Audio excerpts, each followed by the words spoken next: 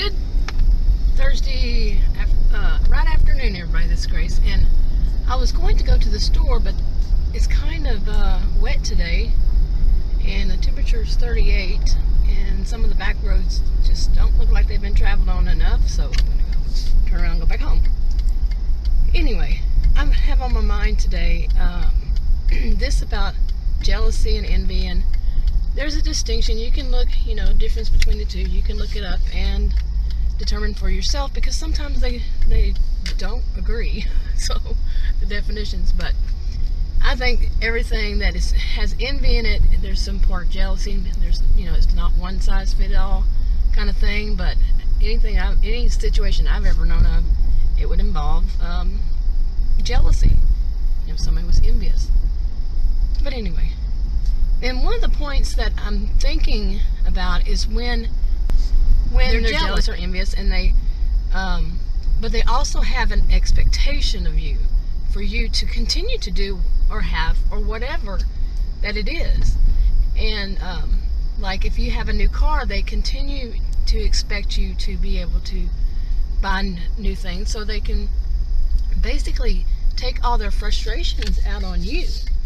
If maybe they can't afford one themselves, so what they do is to if you can't afford something something big new the next time, sometime later, they can use that to say, oh, you spent all your money on that car, so now you're in debt.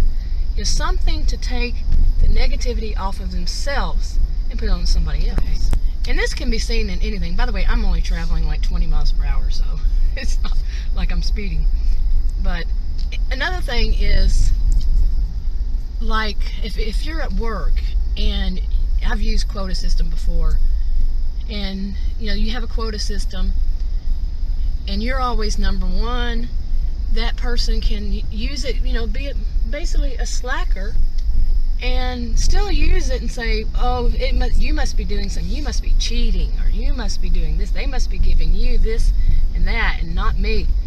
And when the reality is, this person, usually a narcissistic type person, I don't know when it wouldn't be, but it's because they're a slacker.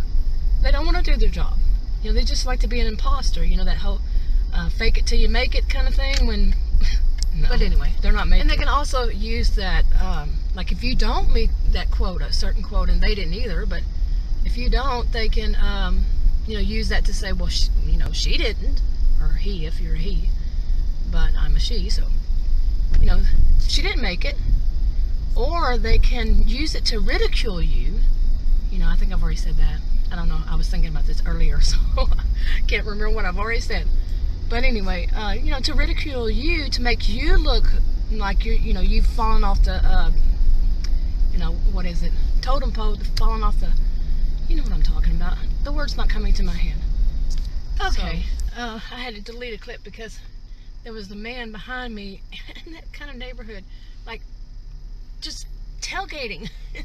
It wasn't very far, but right then I had to turn, and when I did, he was so close to me, it was like, oh my goodness.